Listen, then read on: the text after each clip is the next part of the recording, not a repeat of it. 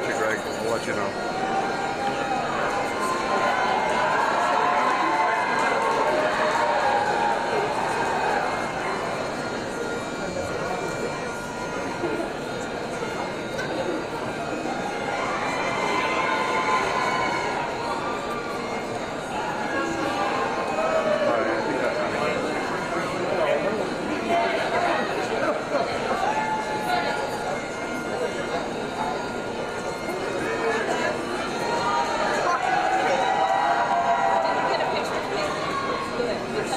She went to get a picture.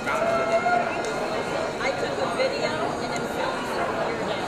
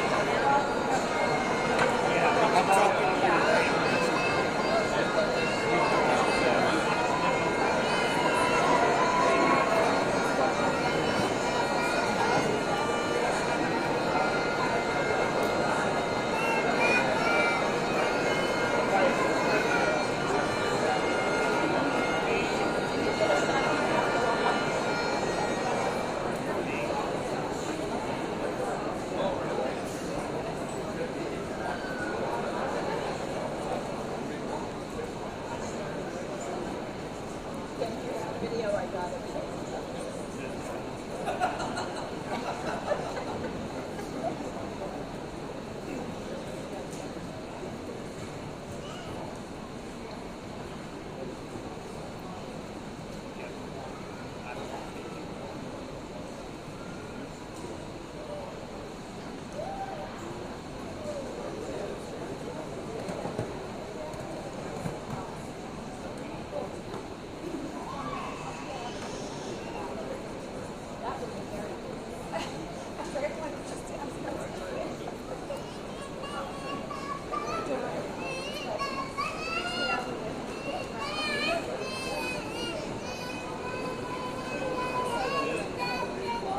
Welcome to this auspicious day, the 188th commencement at Colby-Sawyer College. We have gathered to celebrate the accomplishments of the undergraduates and graduates of the class of 2026. To make commencement as enjoyable as possible, please silence your cell phones and keep the aisle clear for the duration of the ceremony.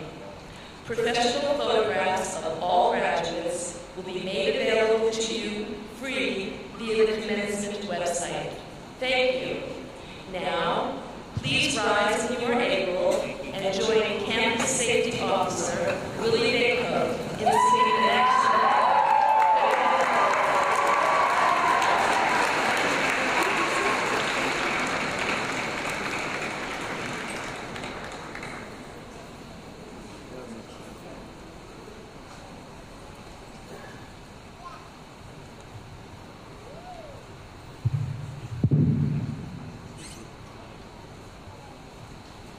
Congratulations, class of 2026.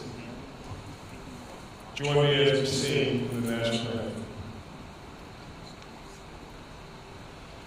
Oh, say, can you see by the dawn's early light what so proudly we hailed as the twilight's last gleaming, who brought stripes and bright stars to the perilous fight?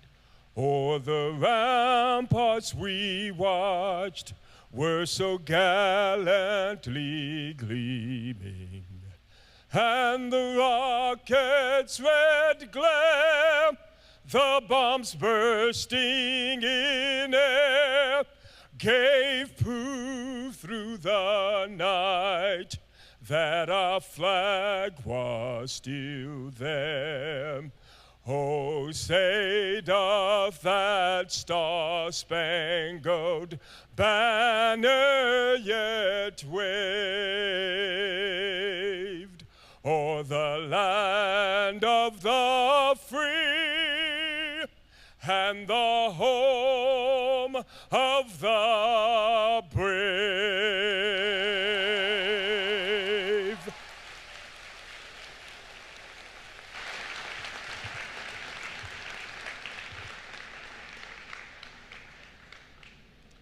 Thank you, Willie. Chair Hogarty and members of the Board of Trustees, you may be seated.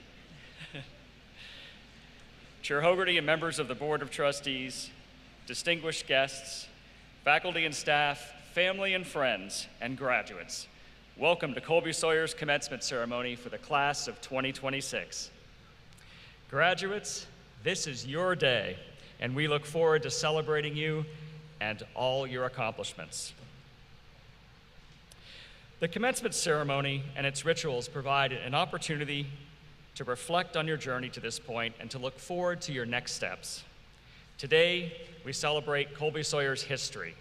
We honor those whose service and leadership exemplify its values, and we anticipate the promise of your bright futures.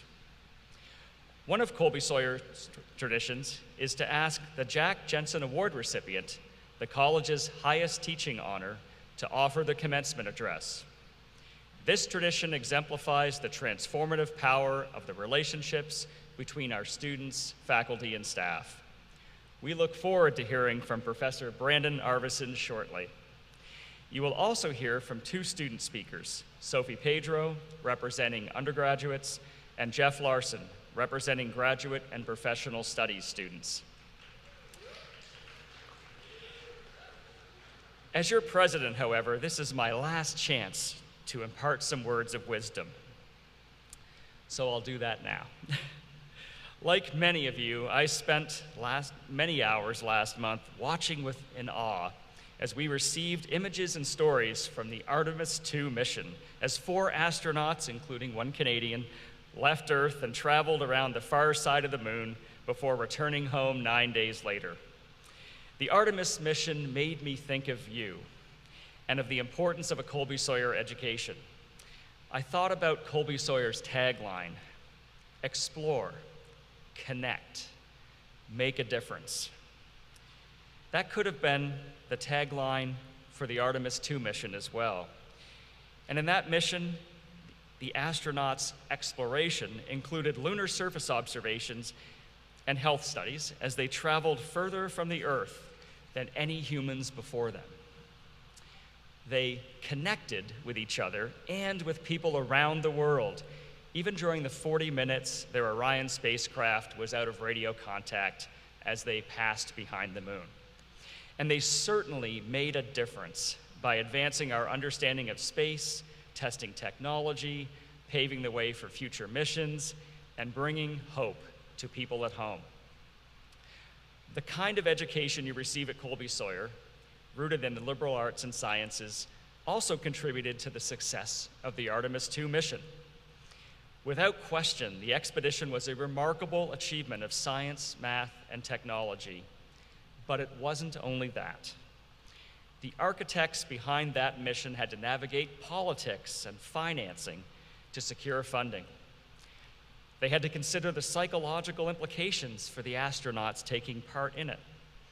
They drew on knowledge from the health sciences to ensure that the astronauts were conditioned and prepared for their journey.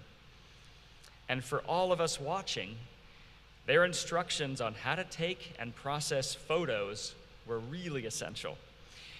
It's not only how we saw the moon that mattered, it's how it helped us see ourselves. The imagery of the moon, like a college education, fills us with wonder and awe and inspires us to dream bigger. So now, class of 2026, it is time for your next moonshot. You've studied hard in your own field and learned lessons from many other fields. You've shown that you can synthesize questions and overcome challenges through internships and clinicals and capstone experiences. You will leave here prepared to take these experiences and friendships into the next chapter of your life. And I know that you will use them to do things that so far many of you have only dreamed about. We, your staff and faculty, are honored to have been part of your journey. We are excited about what comes next for each of you, and we will all be here, still connected, cheering you on from our college on the hill. Congratulations.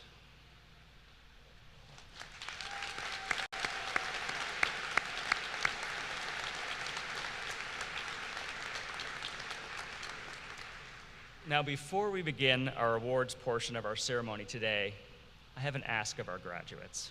I would ask our graduates to please stand as able and turn and face the audience behind you, your family and friends. We know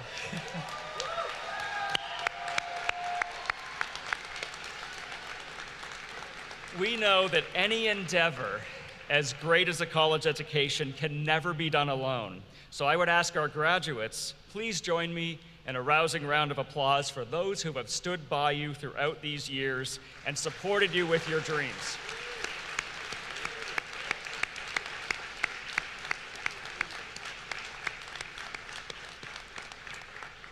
Okay, graduates, you can now turn back around and be seated. Thank you.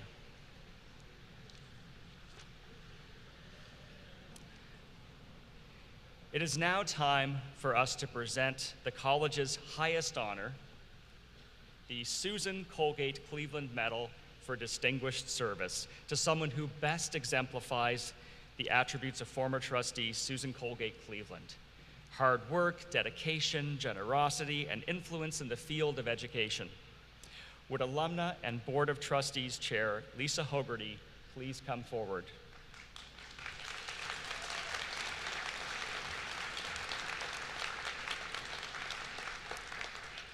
Lisa Hogarty earned a BFA in theater from Colby-Sawyer College, honing her skills as house manager of the Sawyer Theater. Later, she earned an MS in Economic Development and Tourism from New York University.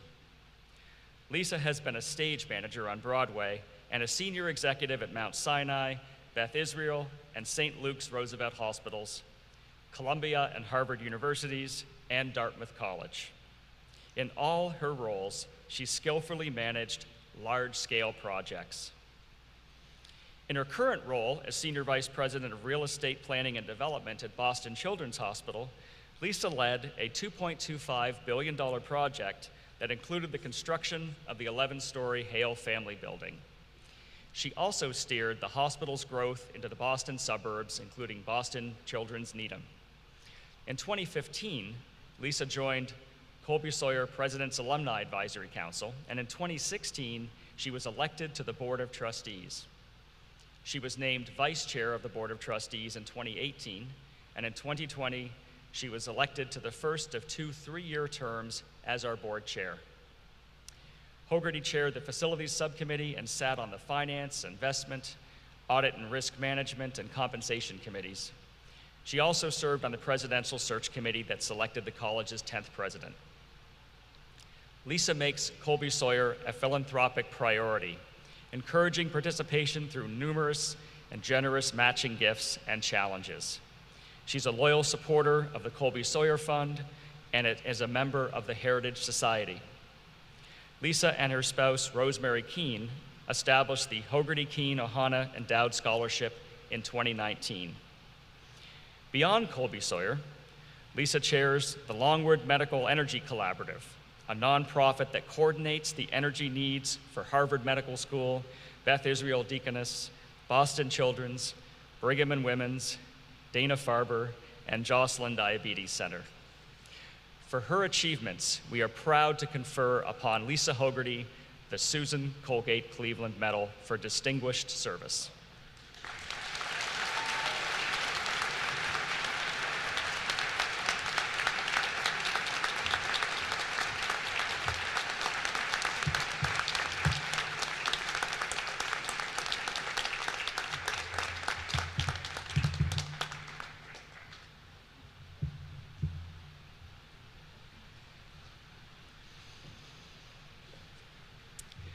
The Jack Jensen Award for Excellence in Teaching is the college's highest teaching award. Each year, this award honors a teacher who communicates high expectations and encourages intellectual curiosity, respects diverse talents and ways of learning, and engages students and inspires them to do their best work. Would School of Arts and Sciences Assistant Professor Brandon Arvison please join me?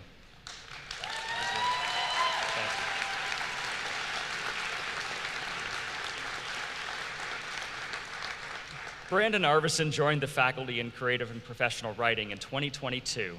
Prior to that, he taught in the Goucher College Prison Education Partnership and in the Baltimore City Public School System. When he was hired to teach in Baltimore, a colleague warned him not to smile before December if he wanted to succeed. But for Brandon, authenticity is key, which means being approachable, a bit goofy, and sometimes unconventional in his approach to teaching literature. It's an approach that works for his students. One student nominee wrote, "I am nominating Professor Arvison for this award because of his unique ability to integrate humor, professionalism into each class in an extremely captivating way that makes me want to attend class every time." Another student wrote, "He is the ideal professor in many ways. His input and dedication to each and every student displays a joy for being an educator." And a third student, and this is the ultimate endorsement, I believe, wrote simply, "Brandon is my goat." Brandon is involved on the campus outside of class as a faculty advisor for the field hockey and women's lacrosse teams. He was recently honored as the Faculty Representative of the Year by the Department of Athletics at the Chargies. Brandon holds an MFA in Creative Nonfiction from Goucher College, a Master's in Writing from Johns Hopkins University, and a Bachelor's in English with a concentration in secondary education from Goucher. He's the founding editor of 3 Cents Magazine and previously served as managing editor of True Magazine. Please join me in congratulating Assistant Professor Brandon Arvison as this year's recipient of the Jack Jensen Award for Excellence in Teaching.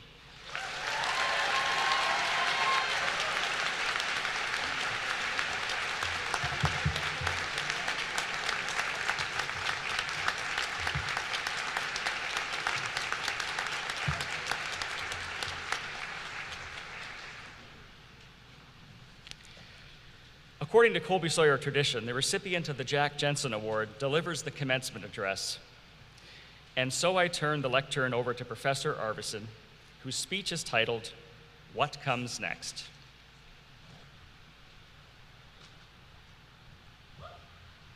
Thank you. Okay, here we go.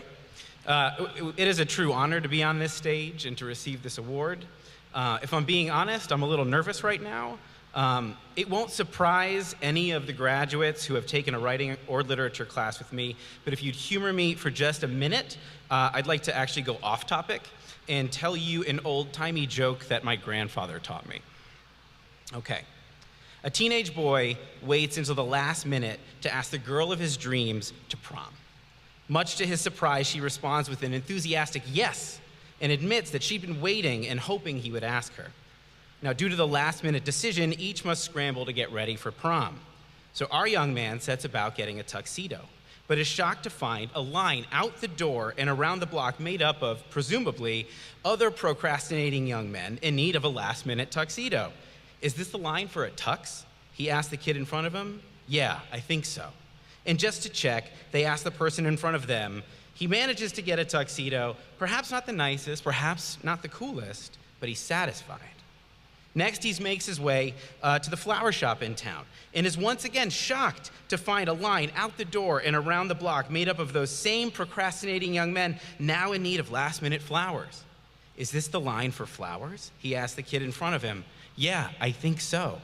And after a long wait, he gets to the counter and buys the last corsage and boutonniere. Next, he heads downtown, hoping to rent a limo, and is once again shocked to find a long line of last-minute prom-goers hoping to reserve a car for the big day. "Is this the line for the limo?" he asks. "Yeah, I think so," and so on and so forth throughout the day. It all works out.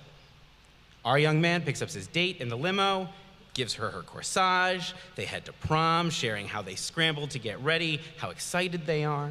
They get there, they dance, they flirt, they have an absolute blast. And after a few songs, his date says she's thirsty and asks if our young man wouldn't mind getting her a drink.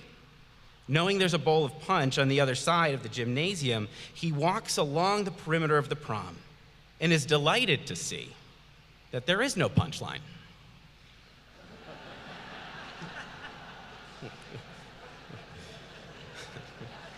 I wrote hold for laughter, hopefully, so that was good.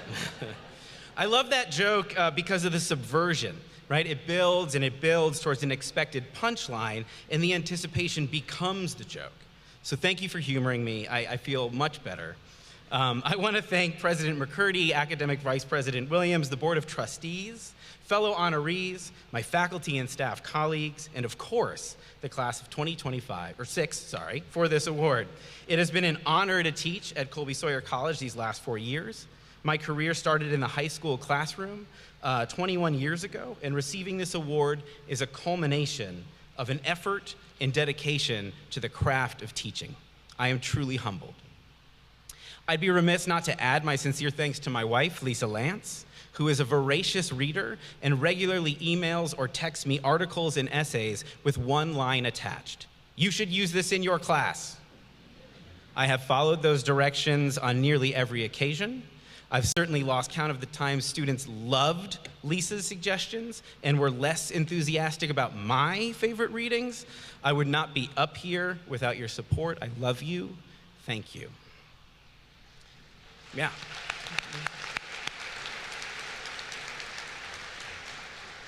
Commencement speeches are hard to write. There's a duality at play where the speaker, be it a famous actor, a politician, or in our case, the second most gossiped about faculty member on Yik Yak, shout out to Mike Staunton for that #1 spot.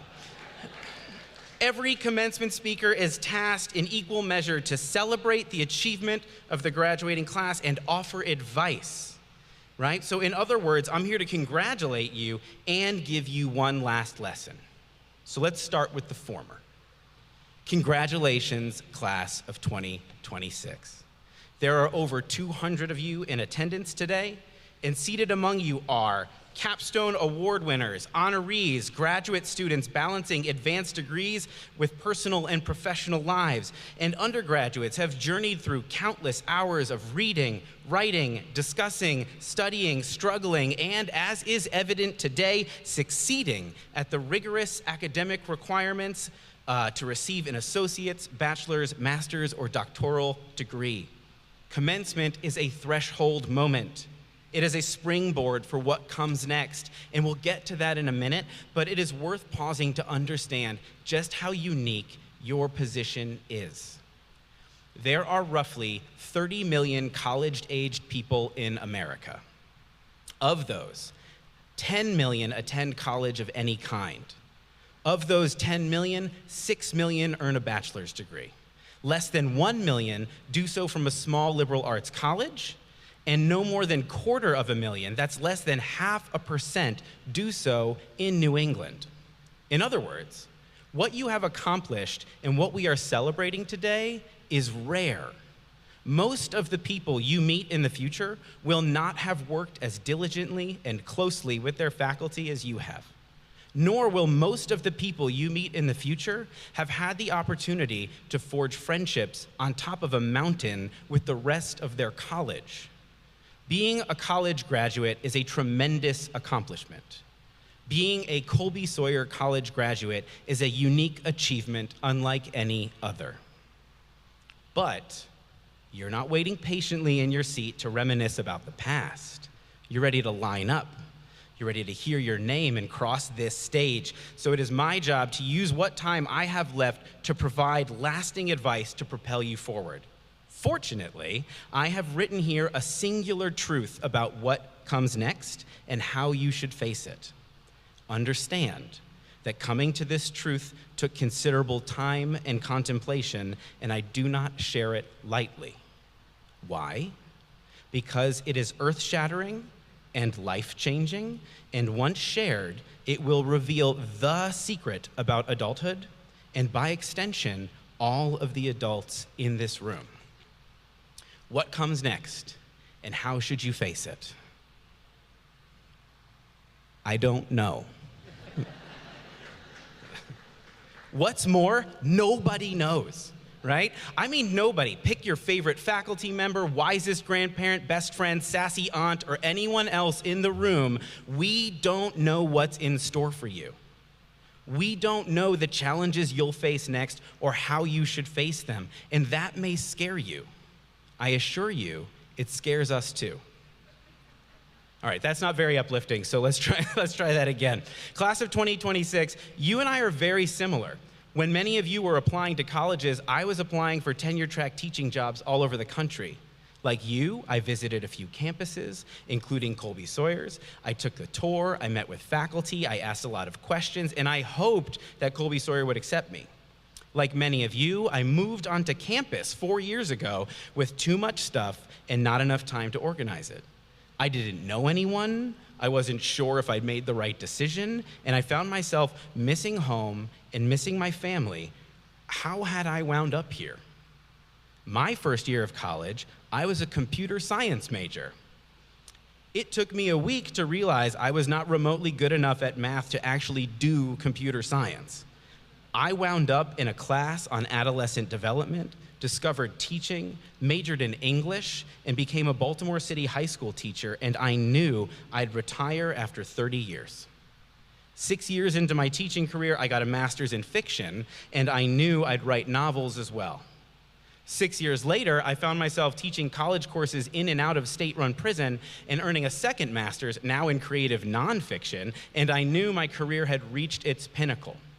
In other words, I didn't know what would happen next, and I'm all the better for it. Not knowing is scary, but I would contend that the very essence of being an educated person isn't knowing what is coming next, but knowing how to approach new situations. In other words, not knowing is the entire point of a college education. But you don't have to take it from me. Take Professor Cherie Whipple, who wrote, "When a scientist starts a new experiment or technique, such as working with cells in tissue culture, we start by setting goals, making a plan, writing a protocol, and then we break the goal down into small steps." She then added, "Two things are certain. 1, things will not go according to plan. 2, that is okay. You will learn something new and grow in the process." Professor Andrew Cahoon adds, "The lesson from physics is that the thing you cannot know might teach you more than the thing you know well. Uncertainty and knowledge are not opposites, they work together. And if I don't know something, I can study it and gain satisfaction from learning about it. If I can't know something, I might be able to learn something even deeper." Prefer a social science take? Professor Mike Staunton adds this, "In sociology, we often think of the world through two broad lenses, the objectivist lens and the constructionist lens. To the objectivist, reality exists out there, waiting to be encountered. From that view, the unknown is objectively real, and it is scary when it's coming right at you. But to the constructionist, reality is something continually created and shaped by our actions and interactions. From that view, the unknown is not something you have to face, it's something you help create. There's a lot of hope and opportunity in that." Or perhaps you can relate to Professor Todd Coy's advice.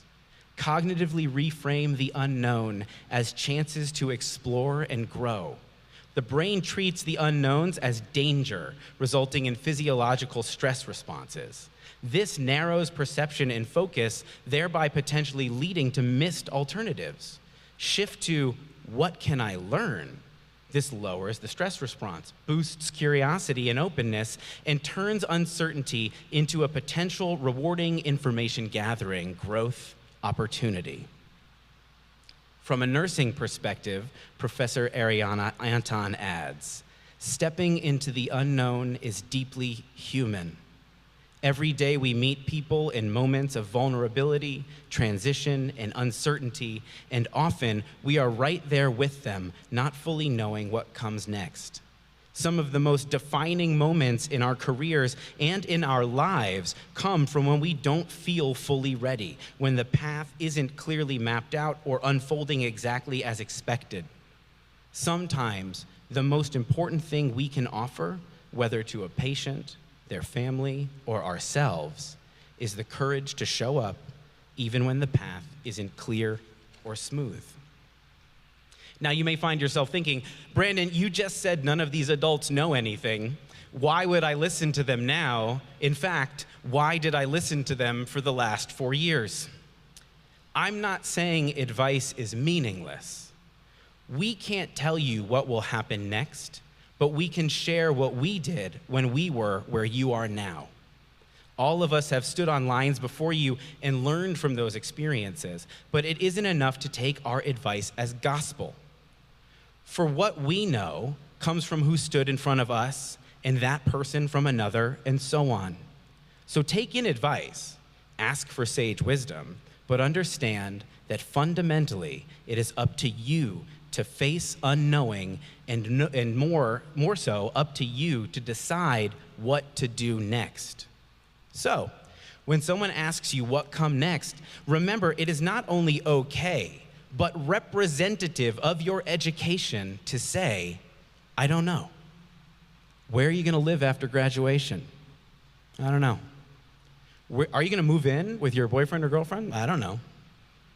Where do you see your career in 5 years? I don't know, but I can figure it out.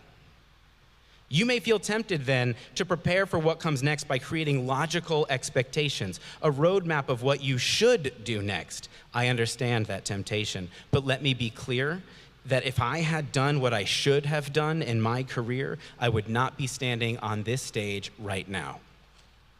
You stand at the precipice of immense change and infinite potential for both good and bad. I don't know what is going to happen next, but I do know that life isn't waiting on a series of lines that lead you to where you're supposed to go. Yes, the unknown is scary, but you are prepared to reason, think, and create your way through that fear. How do I know that?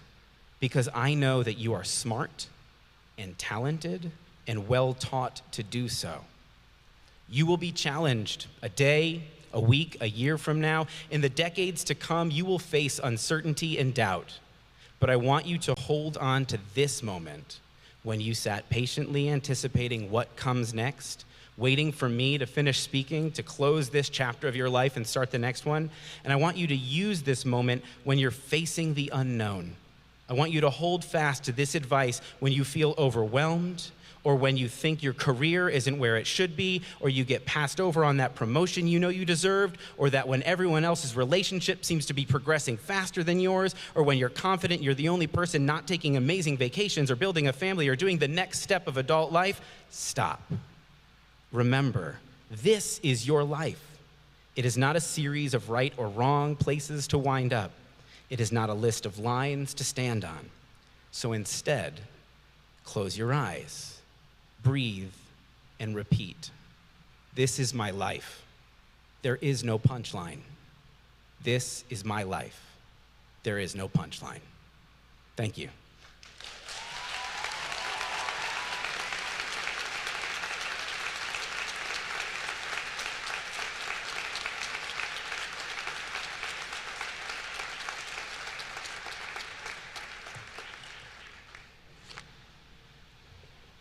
Thank you so much, Brandon.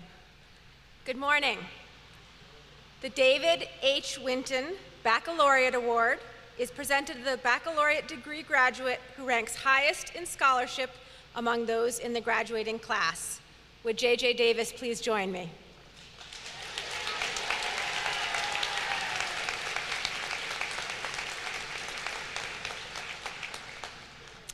JJ is a business administration major from Bradford, New Hampshire. He was this year's winner of the highest honor in his major, the Dr. Margaret Marnie Kurtz Business Administration Baccalaureate Award. He was also on the four-person team for a project awarded the Business Administration Capstone Award, a project in which the group ran a simulated athletic footwear company. JJ's faculty praised his hard work, intelligence, teamwork, and kindness, and said that he consistently made valuable contributions in class and on assigned teams. A member of the Alpha Chi National Honor Society, JJ also excelled as a sprinter on the Colby-Sawyer track and field team. After graduation, JJ will work for his family's construction company and hopes to use what he has learned at Colby-Sawyer to grow the business. Please join me in congratulating the top scholar in the class of 2026 and recipient of the David H. Winton Baccalaureate Award, JJ Davis.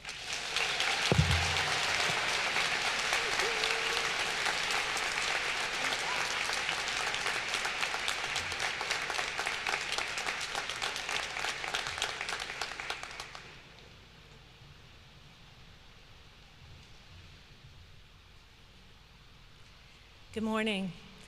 The Colby-Sawyer Award is given to the graduate who, in the opinion of the faculty, best exemplifies the ideals of the college in personal dignity, intellectual growth, contribution to campus life, and constructive influence on other students. Would Caitlin McAllister please come forward?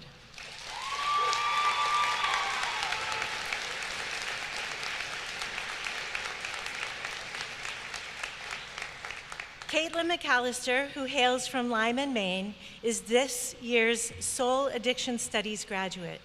Faculty nominators said McAllister elevates the learning environment, builds up others, creates space for diverse voices, and approaches her work with integrity and purpose. One faculty member wrote, "She embodies the spirit of Colby-Sawyer College through her scholarship, leadership, and unwavering dedication to meaningful work that benefits both her peers and the broader community." Caitlin is a Dean's List student and member of the Alpha Chi Honor Society. She has meaningfully contributed to the whole campus culture, including as a participant in the First Gen Bridge program, Bold Women Leadership Network Scholar, peer mentor, president of the Psychology Club, and secretary of the Planned Parenthood Generation Action Club, and by taking part in the Emerging Leaders program. Caitlin will stay at Colby-Sawyer next year to pursue a Master of Social Work. She was awarded a Sheldon Ponder Prize of $15,000 to help pay for her education. Please join me in congratulating this year's Colby-Sawyer Award recipient, Caitlin McAllister.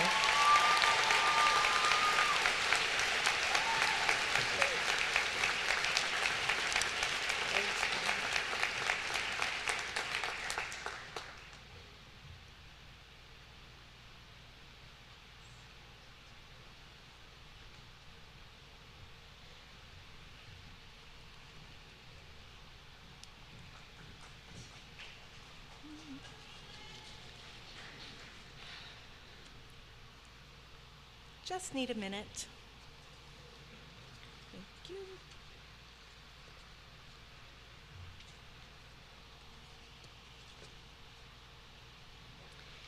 Each year, the seniors, faculty, and staff nominate someone from the graduating class to offer remarks and remembrances. This year, Sophie Pedro was chosen as the senior commencement speaker.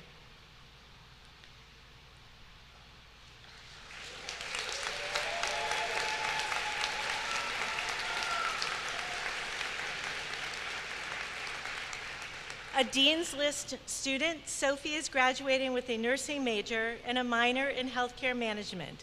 She spent last summer working as a student nurse extern in the hematology oncology unit at Maine Medical Center and says she is eager to begin her career in nursing to care for people and make a meaningful difference in their lives. In addition to her academics, Sophie was captain of the women's lacrosse team, and last spring, she was selected to the Great Northeast Athletic Conference All-Sportsmanship team. She was also honored as a co-recipient of the Department of Athletics 2026 Champion of Character Award. She hopes to coach lacrosse in the future to give back to a sport that has given her so much. Please welcome Sophie as she delivers her address titled More Than a Place.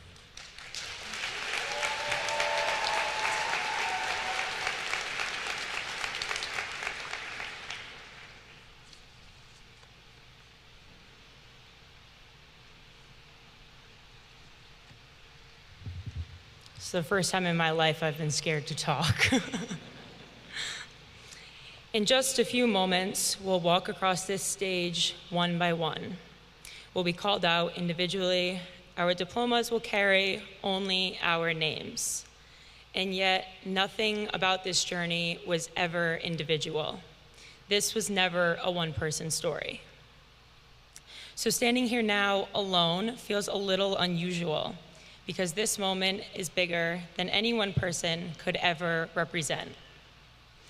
Today is about more than just one voice, and Colby-Sawyer has always been more than just a place. We didn't just love Colby-Sawyer because of the dining hall. We loved it because of just how many hours we somehow managed to waste together there. The laughter that carried across tables, and the conversations that stretched far longer than the meals themselves. We didn't just love Colby-Sawyer because of places like Sally Shaw Beach Field. We loved it because of what happened when we stepped onto it together. The games we won and the challenges we overcame. The grit and resilience we showed as teammates, as friends, as a family that pushed each other to be better every single day. We didn't just love Colby-Sawyer because of places like Colgate Hall or the Schaefer Center, the library or Hogan Sports Center, and not even the beloved Victor's Cafe. And as much as we lived for sunny days on the quad, it wasn't that either. We loved this school because of the people who filled those spaces, walked the halls, and made them our own. Like the friend who sat next to you on your first day, then became your roommate, and someone who made even an ordinary Wednesday feel extraordinary. The coach who took a chance on you, and in doing so, gave you more than just a chance to play, but people who meant more than the game ever could. The professor who may just be the reason you're here today, now witnessing the moment they helped make possible. The people aren't just a part of the story, they are the reason the story existed in the first place. And if we ever begin to believe that we've built our lives entirely by ourselves, we will have forgotten something essential about being human. To be human is to need one another. We're shaped by each other, whether we realize it or not. I'm not here to tell you what comes next. I can't offer advice about a place I've never been, to a room full of people whose journeys I may never fully understand. No matter the path that brought you here or the ones that lie ahead, today brings a simple truth into focus: the role people play in our lives and the role we play in theirs. Yesterday, today, and in every moment that begins when we leave this room. Who is beside us will always matter just as much as what is in front of us. And part of what makes this place so special is not just where we studied, but who we studied beside. Because in the end, degrees open doors, but people change lives. So as we leave here and step into whatever comes next, remember this: life is and always has been about people. And that connection doesn't end here. It doesn't end when we start careers, chase dreams, and build futures. Our lives will always be shaped by those around us. May we never forget the people who helped us get here, and may we become the kind of people who help others get where they're meant to go. Because it's not just about what we do. It's about who we do it with and who we do it for.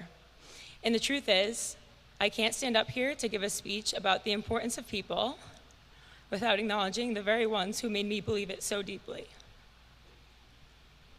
So to my family, both the one that raised me and the one I've found here, thank you for everything. And to all the other families and friends in this room, to the professors, coaches, and mentors of all kinds, thank you for loving and supporting the people I've had the privilege of walking beside. Because by pouring into them, you helped shape every single one of us into who we are today.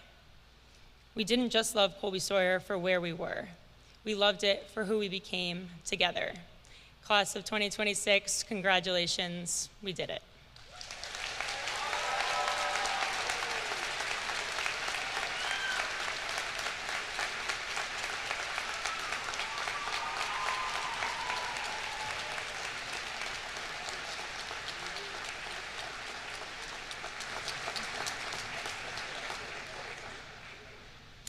Thank you so much, Sophie, for offering your reflections today. We wish you the best of luck. This year, for the first time, a class member from our graduate and professional studies programs will offer their remarks at commencement. Would Jeff Larson please join me at the podium?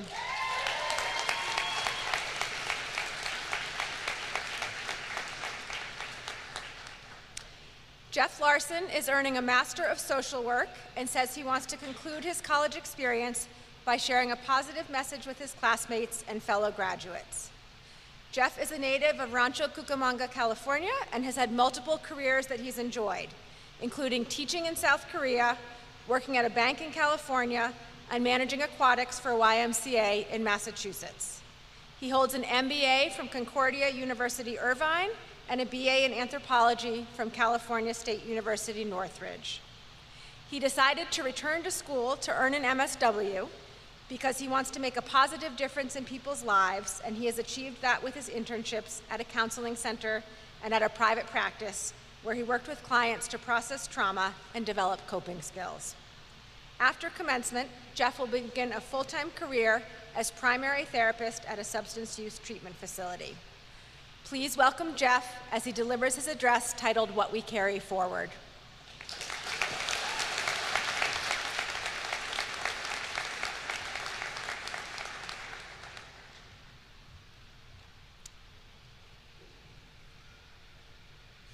Hello. My name is Jeff Larson, and I am a graduating Master's of Social Work student.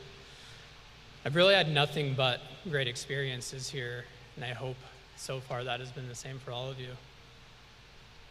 Before I begin, I wanted to take a moment just briefly acknowledge and thank my wife, Elaine, and our sons, Sawyer, Rocky, and Lincoln. The past 2 years have been really great.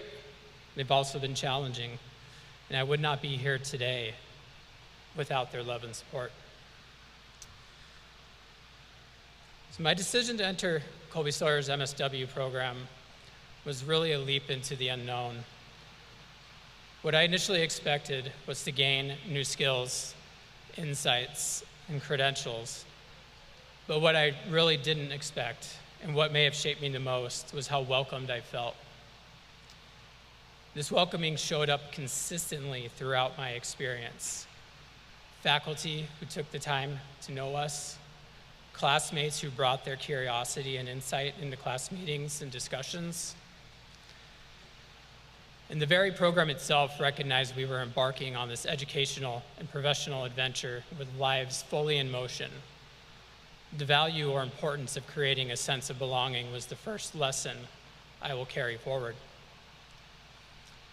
Prior to pursuing my Master of Social Work, I worked in organizations built around structure, performance, and outcomes.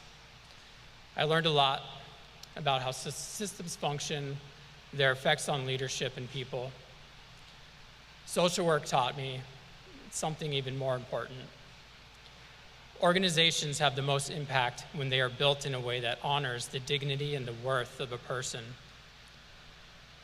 This understanding redefined what I thought success was.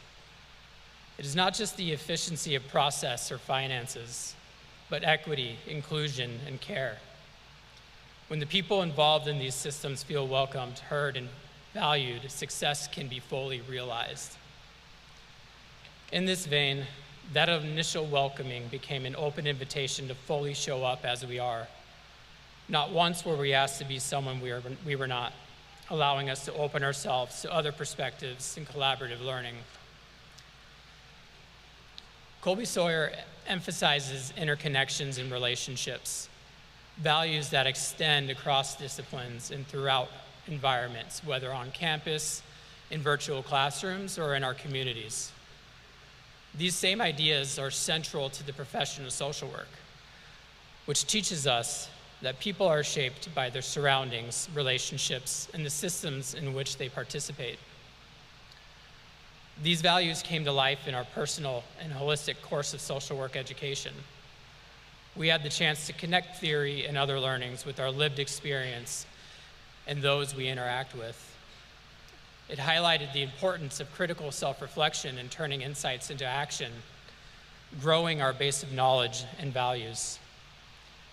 Through this process, we not only grew academically, but also ethically, so that we can challenge our own assumptions, more fully understand how we interact within systems, and recognize we have the power to enhance human well-being and work to empower those we interact with. Education is a transformative process where what we learn changes what we know. The MSW program went beyond this and changed the way I see the world. Whether through coursework, practicum experience, or class discussion, we learned that it is possible, and often more impactful, to approach challenges through a wider lens by considering and acknowledging history, culture, and structural inequity. It is through our continued engagement with these driving forces, along with individuals, communities, and systems, that we can continue to affect meaningful change. As graduates, we are stepping into a very complex, uncertain, and divided world. Our degrees have prepared us for the realities we will face. This does not mean there will be easy answers and quick fixes, but we will be able to weather the storms grounded in purpose, values, and ethics. As Colby-Sawyer graduates, we can lead with integrity and courage and remain accountable to the communities we serve. I intend to carry the welcome I experienced here forward in my actions as a social worker. I like to think that welcoming is part of the bedrock of social work. Welcoming allows us to build trust, to collaborate, and come together despite our differences. And this can truly help people realize they have a voice and they matter. Think about a time you felt welcomed, and how you may carry that forward as you enter the next stages of your life. And so, my fellow graduates, let us take what we have learned at Colby-Sawyer and leverage it to explore thoughtfully, ask difficult questions, and find our voice against injustice, and genuinely connect with others so that we may make a difference in the places it is most needed. Let us lead with compassion, grounded in values and ethics, and commit to positive change. Congratulations to the class of 2026.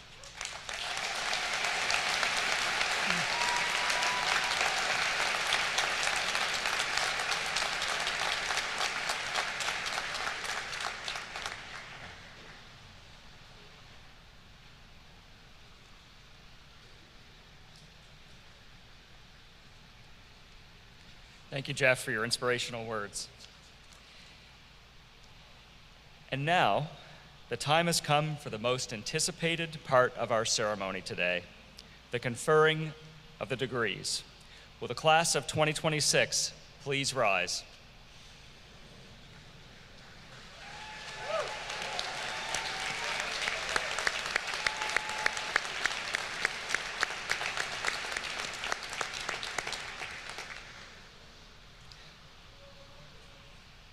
Individually, alphabetically by major. First associate degrees, then baccalaureate degrees, then master's degrees, then doctoral degrees. President McCurdy will confer the degrees. President McCurdy, these students are candidates for the degrees of Associate of Liberal Arts, Associate of Science, Bachelor of Arts, Bachelor of Fine Arts, Bachelor of Science, Master of Business Administration, Master of Science in Exercise Science, Master of Science in Nursing, Master of Social Work, and Doctor of Nursing Practice. By the authority granted me by the legislature of the state of New Hampshire and the power vested in me by the Board of Trustees of Colby-Sawyer College, I hereby confer the appropriate degrees upon those who have met the requirements for graduation with all the rights, privileges, and responsibilities thereto are pertaining. Congratulations. You may be seated.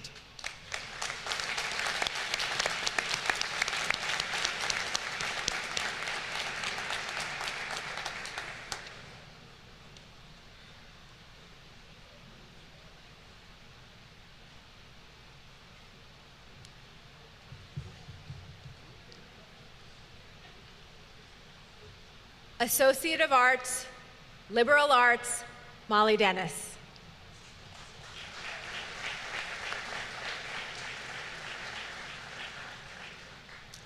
Associate of Science, Health Science, Faith A. Johnson.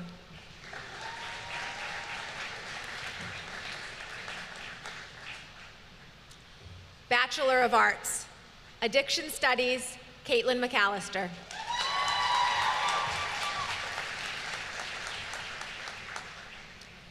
Creative and Professional Writing, Lindsay Bartolucci. Alyssa Brooke Godwin.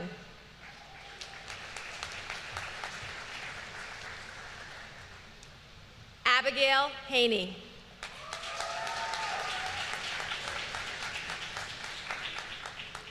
Emma Pauline Welch.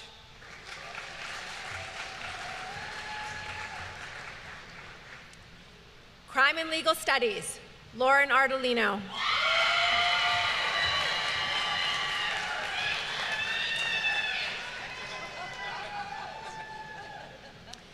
Nicholas Coy. Nicholas's diploma is being given to him by his parents, Masha Coy, a mental health counselor at Baird, and Todd Coy, professor of psychology.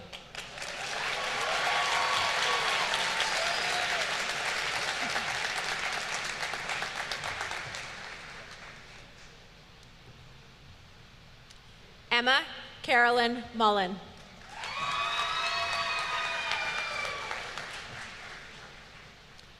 Brenna Nicole Pillar.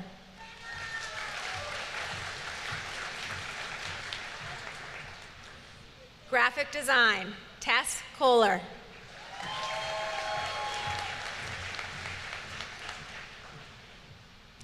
Olivia Taylor.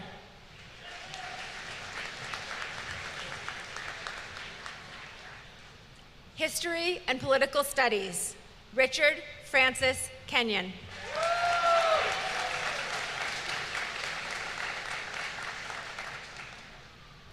Declan Gordon Lister.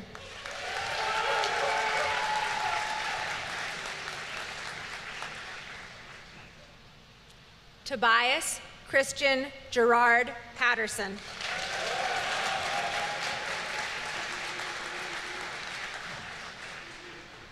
Psychology, Jada Curley.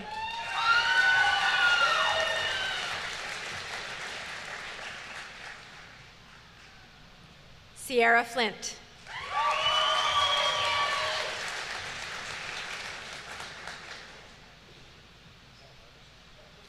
Allison Thomasina Gacci.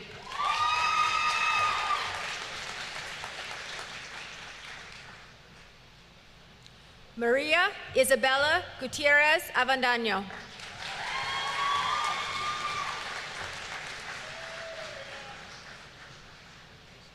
Annika Lee Jenkins.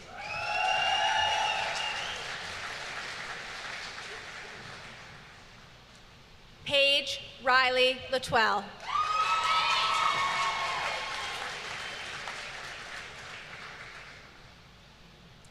Charlotte Tyson Murray.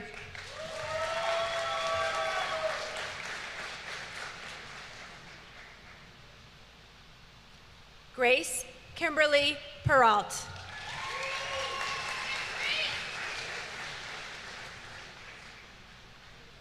Hope Stevens.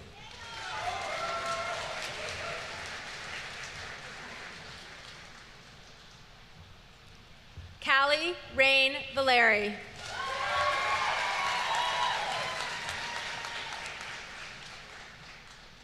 Self-design, Alistair DeFrias.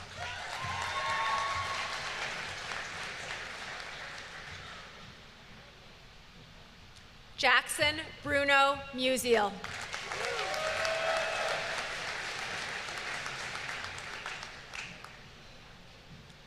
Tristan Alexander Williams.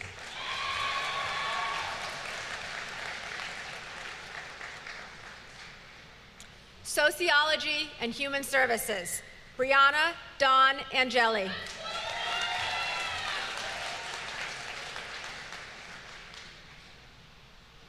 Sylvia Faust.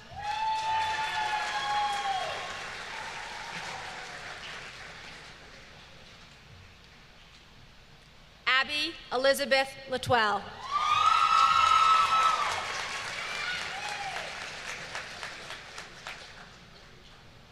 Studio art, backing up, still sociology and human services. Alexandria Marie Stevens.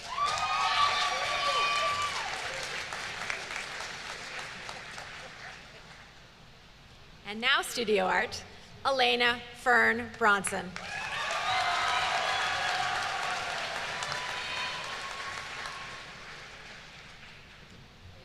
Bachelor of Fine Arts, studio art, Andre Garcia. Andre's diploma will be presented by Randy Hansen, Dean, School of Business and Social Sciences.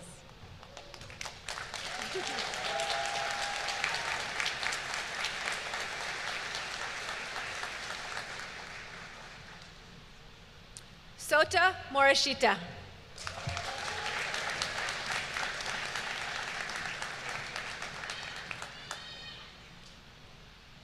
Yume Nakayama.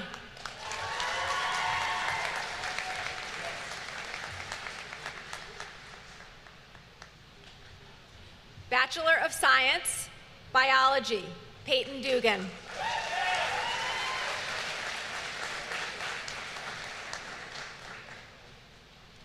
Marin G. Elvidge.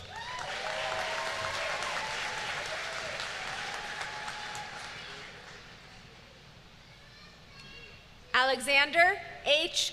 Gomez Agudelo.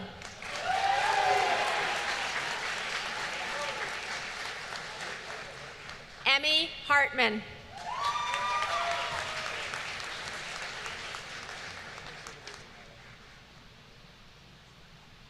Mackenzie LeBron.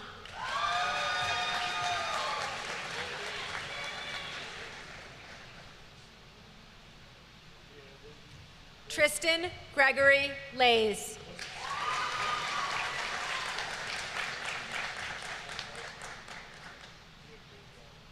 Molly Loretta Macklin.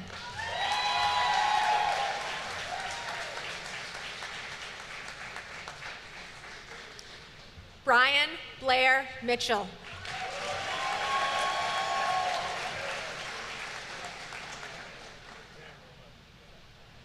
Bianca Fonts Pyres.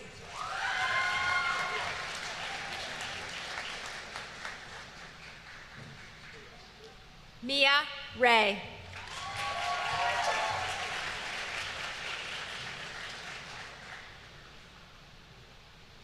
Jean Santana de Clay.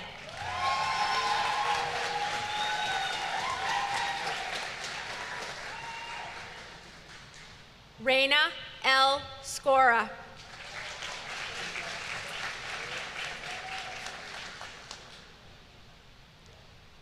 Astrid Temmer.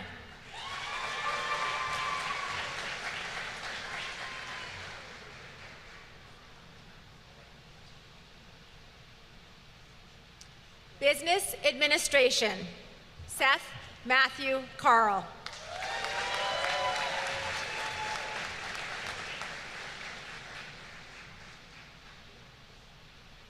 Nicholas Carabino.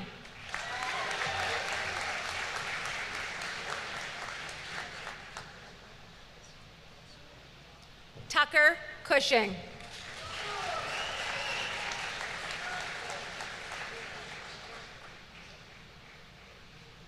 J.J. Davis.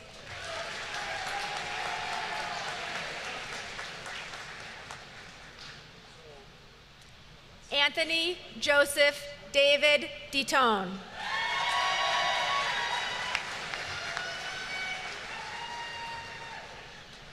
Dominic D'Onofrio.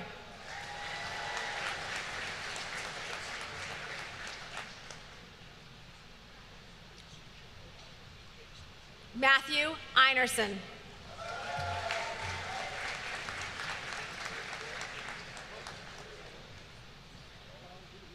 Jambor Homone.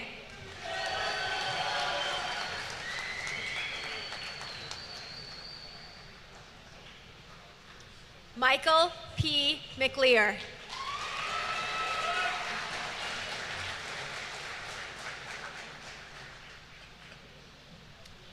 Brandon Isaac Mejia.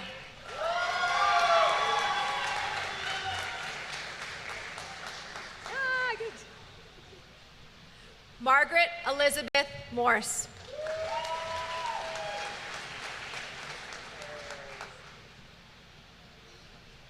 Jake Tyler Riley.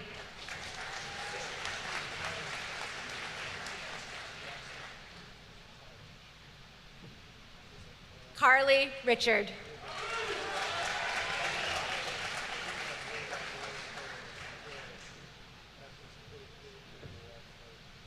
Sean Christopher Rager.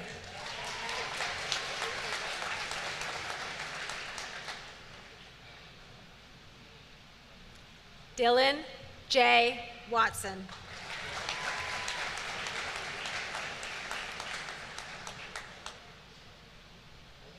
Child Development, Caitlin Marie Bacon.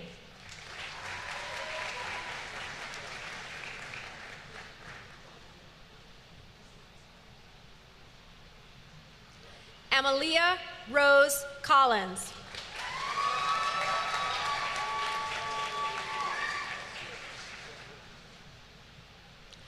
Child Development Education Prep, Catherine E. Cochran.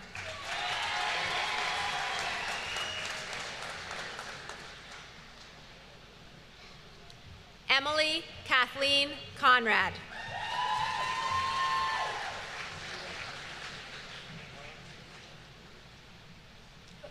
Environmental Science, Malcolm Arjuna Cleveland.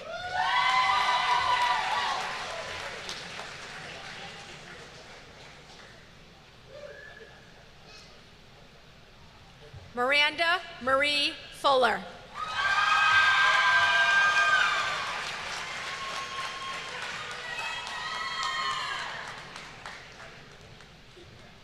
Peter E. Gribben III.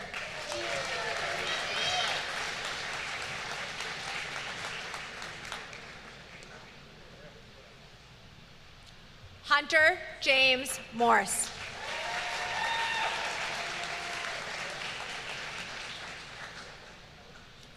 Matthew Thomas Ulrich.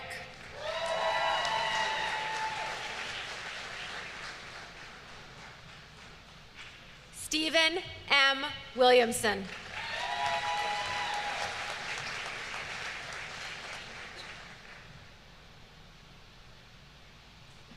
Environmental Studies, Anthony Merrill DeBellis.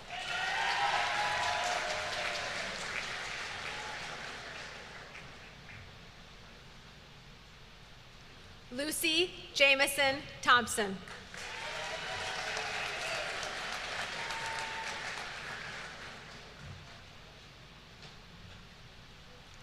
Jacqueline Ayers Tracy.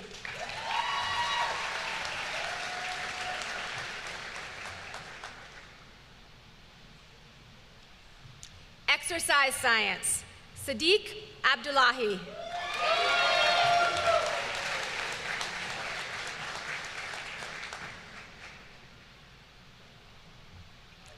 Caden W. Braley.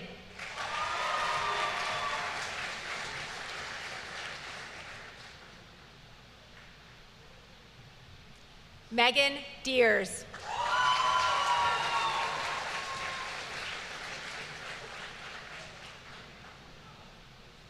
Molly DeShong.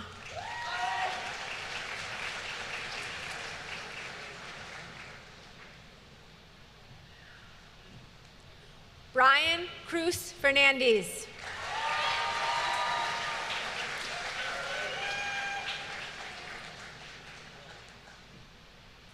Rex Hill.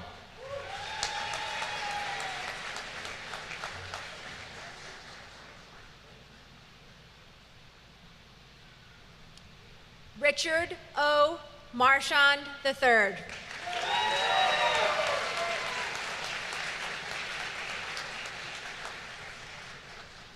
Caden McManus.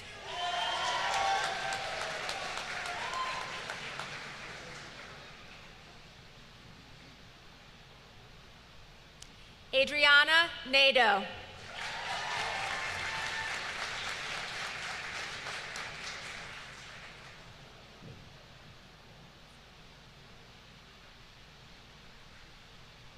Travis Frank Pendleton.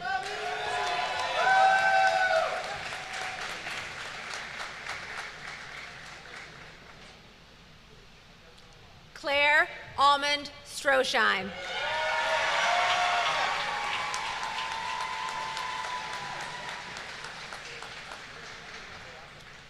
Evan William Thomas.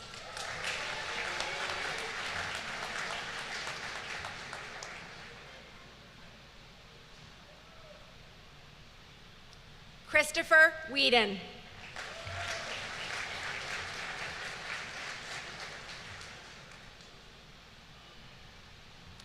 Healthcare Administration, Carly Elizabeth Bernard.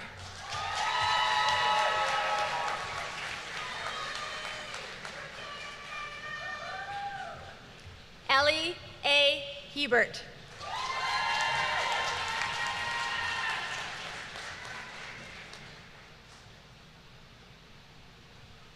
Health Science, Olivia Ruth Evans.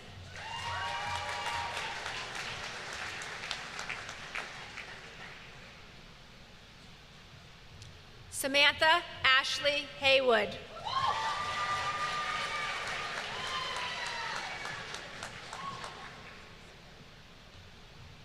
Taylor Rose Lemire.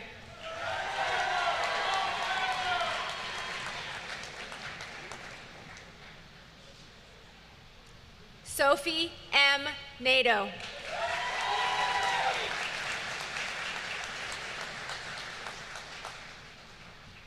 Leah O'Neill.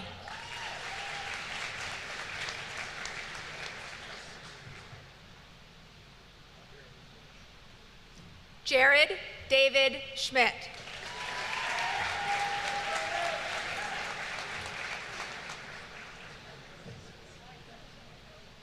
Nursing, Benjamin Edward Bardwell.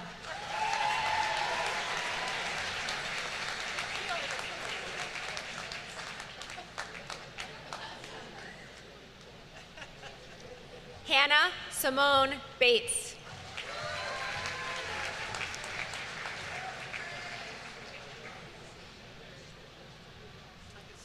Elizabeth Catherine Bode.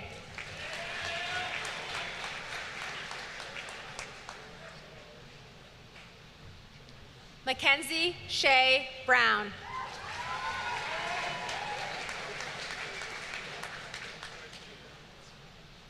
Maggie Y. Bullock.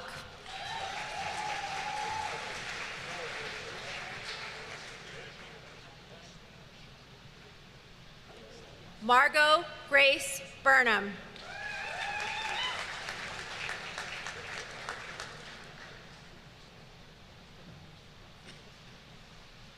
Una Burwell.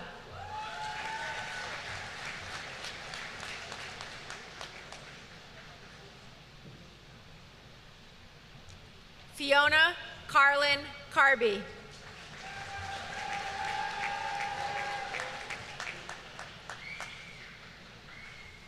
Kendall Ashlyn Clark.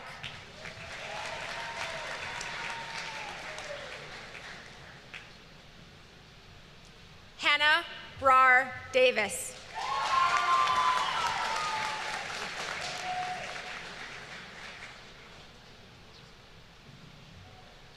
Morgan M. Dickey.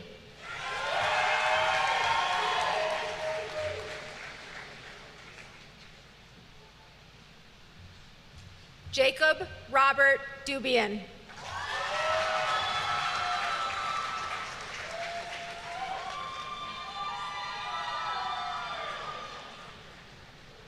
Megan Nora Ferreira.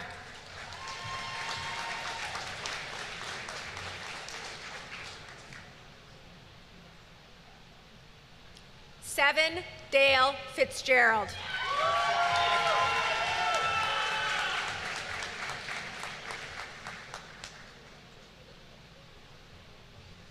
Mia Frazier.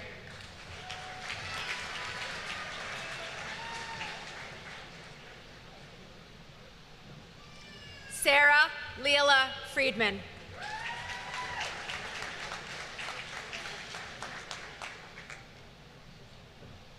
Sarah Jean Frost.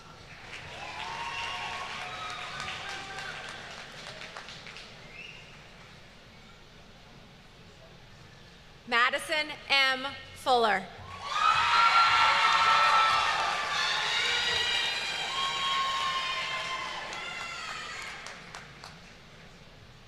Taylor Grace Gaudette.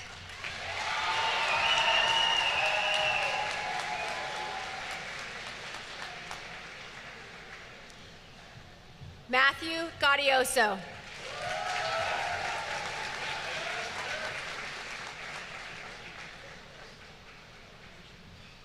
Nicole O. Generakis.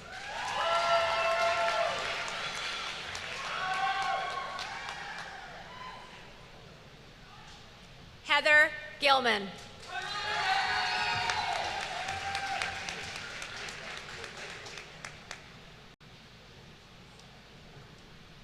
Emma Grovestein.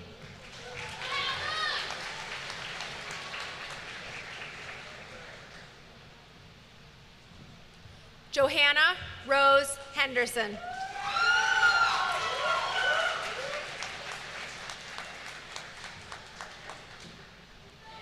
Julia Rose Huckins.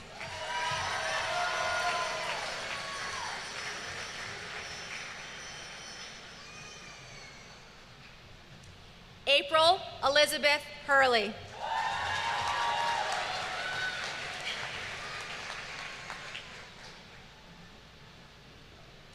Daniel John Cardos.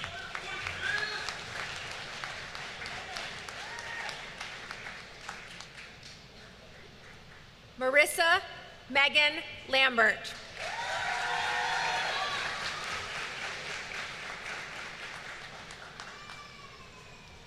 Jocelyn Cynthia Lampron.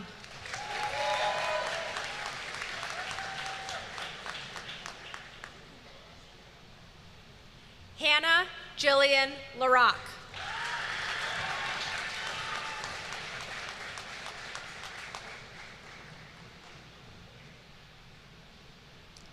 Macy Maria Lawson.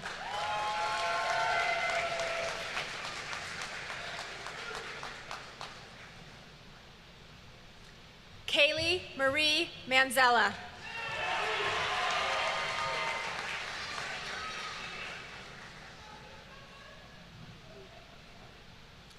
Jordan Lynn McElroy.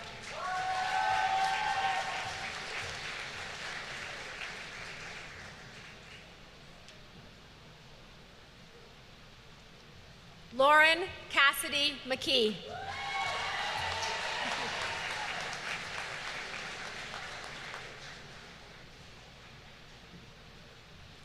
Nevaeh Frances Janelle Mills.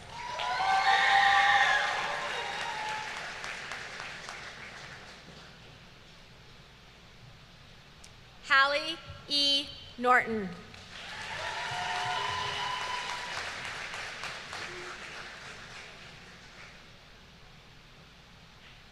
Elizabeth Jane Ox.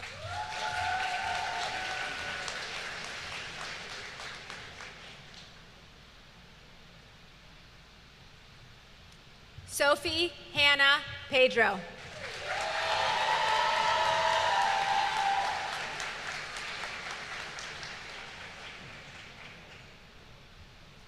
Cecilia Lucia Ponzini.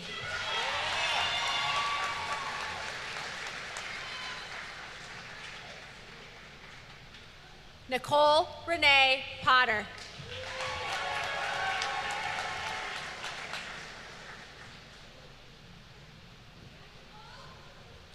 Maria Ann Ranta.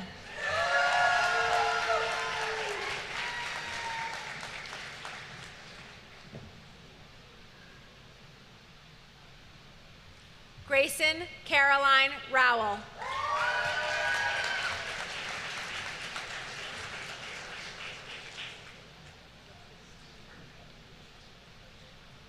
Gianna Rose Roy.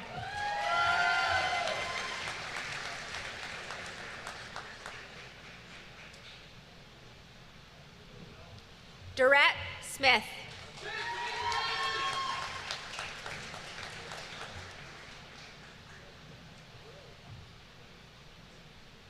Mackenzie Wallace.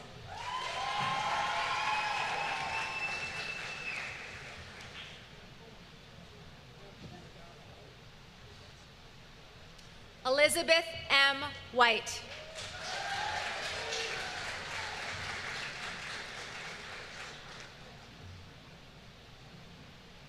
Mary Catherine White.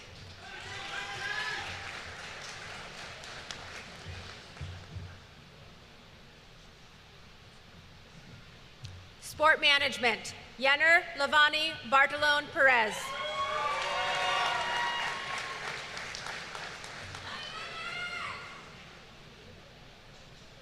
William Carpenter.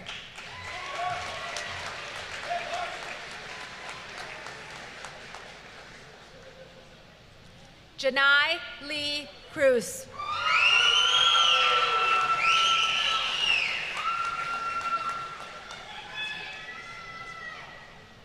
Eric Deschner.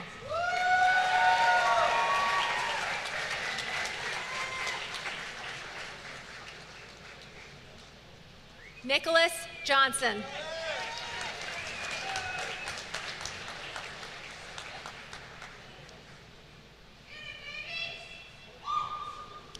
Michael David Kraus.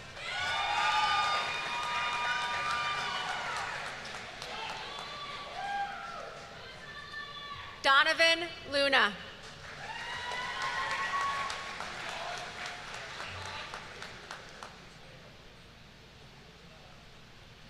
Finn Richard McLennan.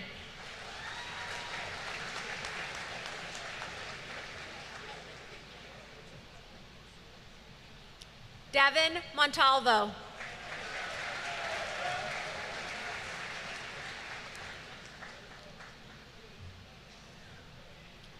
Justin Daniel Powers.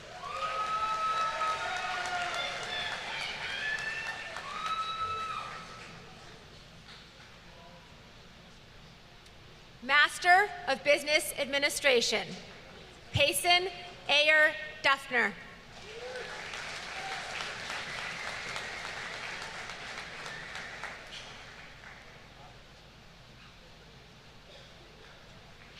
Brian Calmallo.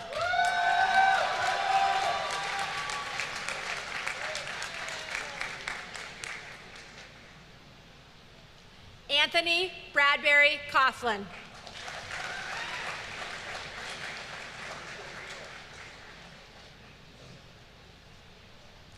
Destiny Cruz Fernandez.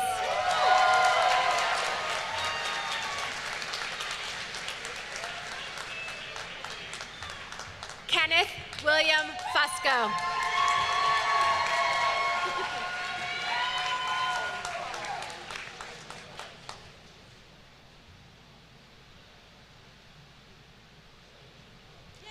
Hayden Michael Goyette.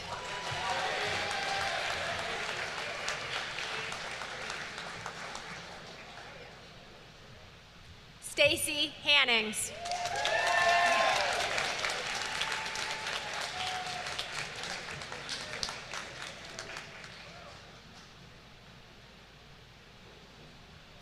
Brady T. Holmes.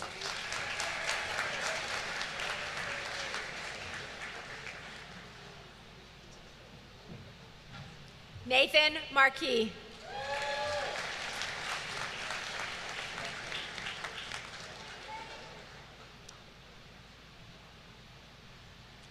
Russell Medberry.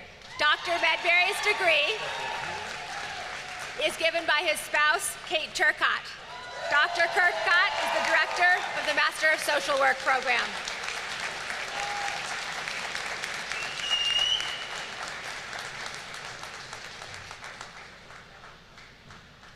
Anastasia Catherine Miller.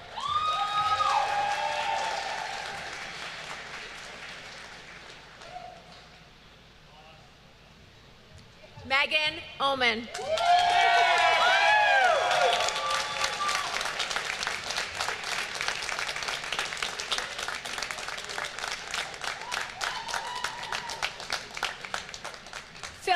Omen.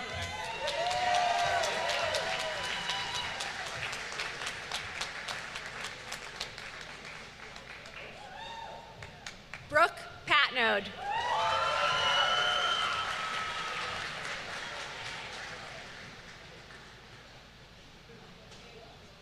Eric Rose.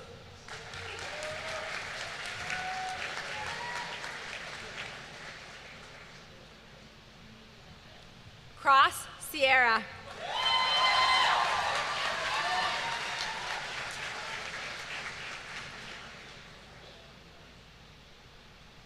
Achias Jaden Wolfley.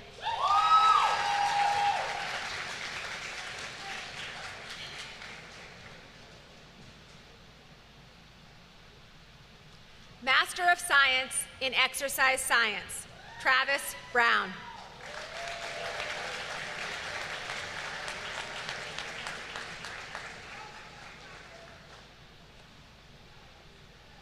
Laura Ann Guthrie.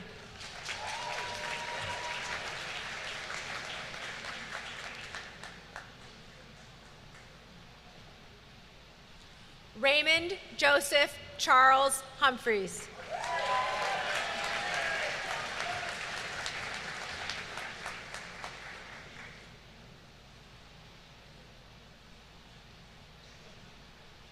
Kendra Ann LaPlume.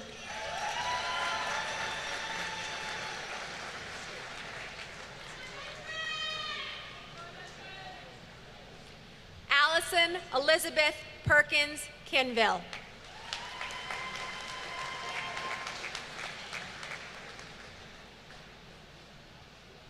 Samuel Purvis.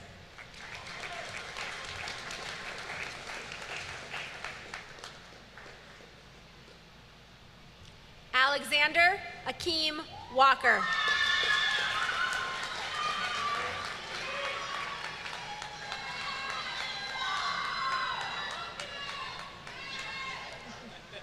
Ryan Waring.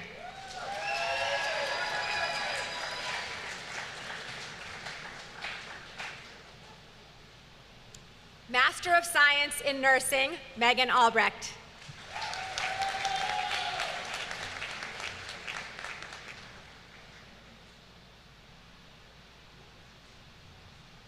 Brian Core.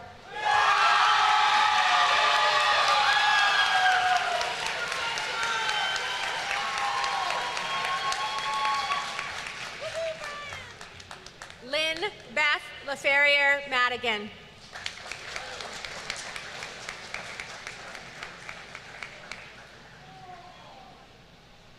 Haley O'Farrell.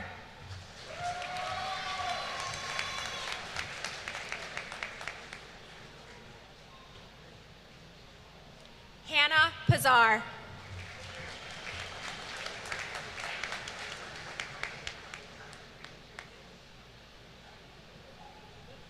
Ashley Rose Allgood Reeves.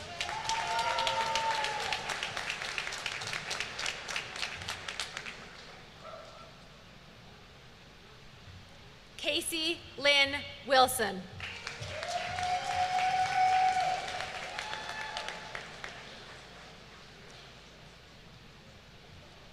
Master of Social Work, Sarah L. Badgley.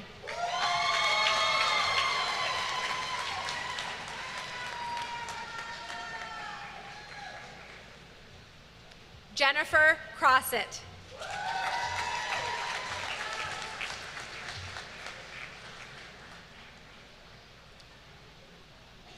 Catherine Maria Doobie.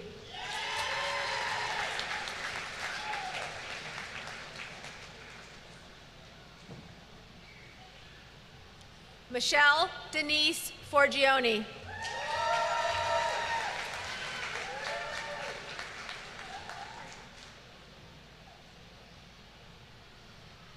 Heather Nicole Gallant.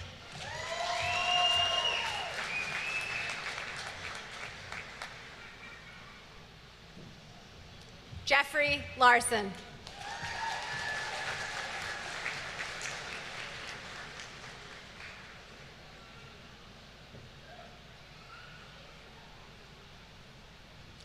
Megan Mullane.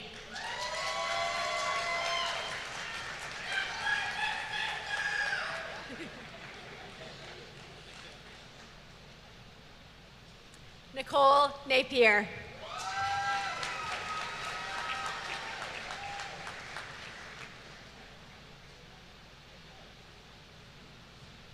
Melissa Oriani.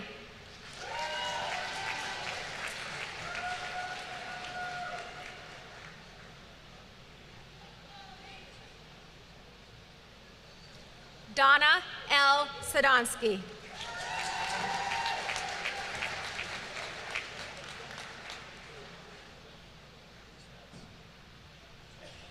Haley Ann Searles.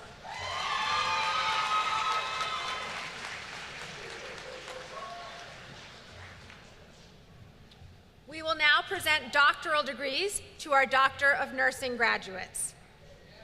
Each of our doctoral candidates will be presented with a ceremonial hood. The hooding ceremony is a cherished tradition that symbolizes the culmination of academic achievement at the doctoral level. It is a moment of pride for our graduates, their families, and the faculty who have guided them along their journey. As each doctoral graduate's name is called, we invite them to come forward to receive both their hood and their diploma. Director and Chair of Nursing, Dr. Joan Loftus, will place the hood over each graduate's shoulders, signifying their achievement and the trust we place in them as they embark on their next chapter.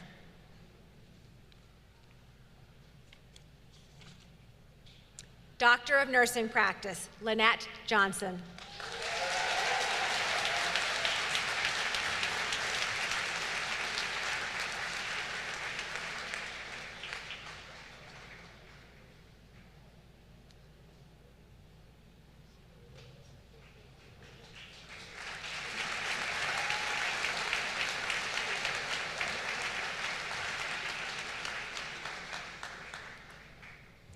Emma Claire Martinez Robiner.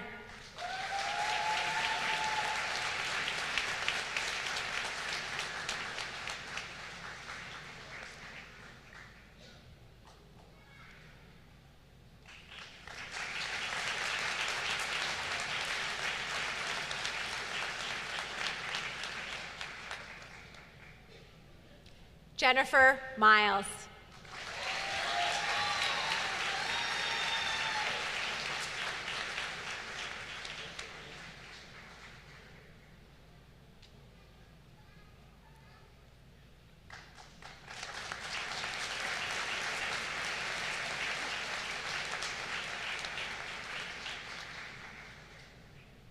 Nancy Elizabeth Weinhold.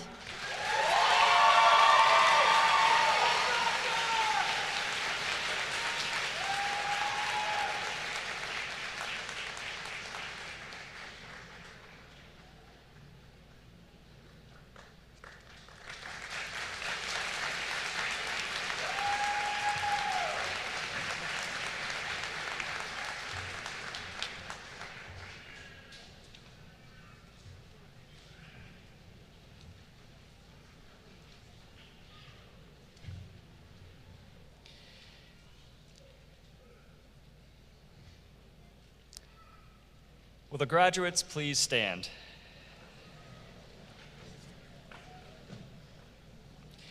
It is now time for the time-honored tradition. I invite you to move your tassels from the right side to the left side as a symbol of your status as graduates. Will the audience please join me in congratulating our undergraduate and graduate classes of 2026.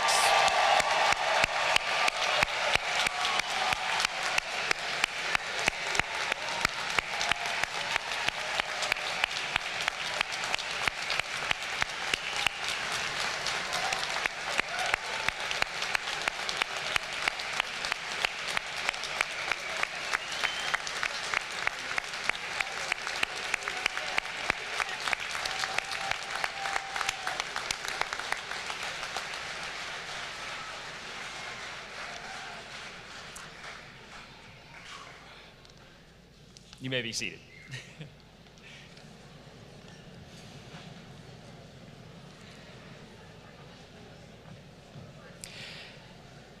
After the ceremony concludes, we will recess out of the field house, and I invite you to continue the festivities and congratulations with us. Your trustees, faculty, and staff will create an honor corridor through which you graduates, our newest Colby-Sawyer alumni, will walk as you receive our congratulations.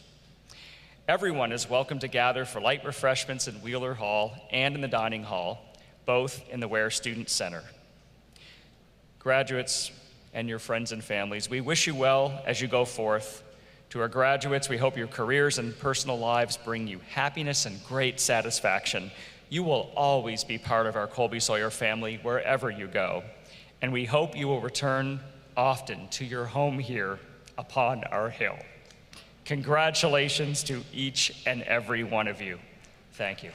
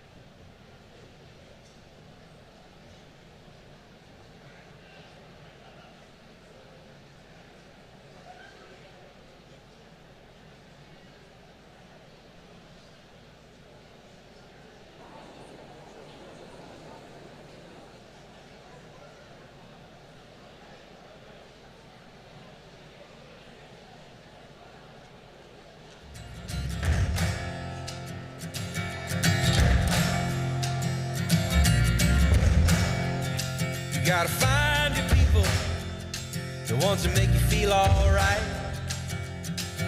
the kind you wanna stay up with all night. You gotta find your people, the ones that make you feel whole.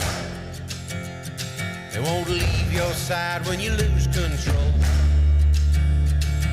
The ones that don't let you lose your soul. You gotta find your people, the ones that get the joke, who understand what you're saying before a word is spoken. You gotta find your people that put the needle in the groove. When you're together, you got nothing to prove. When you're together, you got nothing to lose. In a world full of strangers, you don't know who to trust. All you see is danger, trying to find what you lost. You can't go it alone, everybody needs help. You gotta find your people, then you'll find yourself. You gotta find your people that'll call your bluff, who'll ride along when the road is rough. You gotta find your people, the ones that make you feel equal. They pick you up and don't put you down, help you find your way in the lost and found. In a world full of strangers, you don't know who to trust. All you see is danger, trying to find what you lost. You can't go it alone, everybody needs help.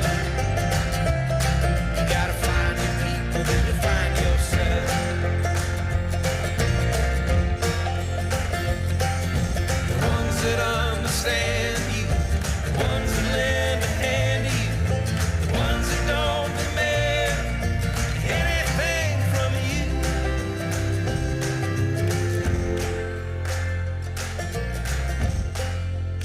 You gotta find your people, the ones that make you feel alright,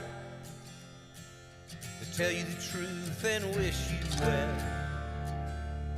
You gotta find your people, then you'll find yourself.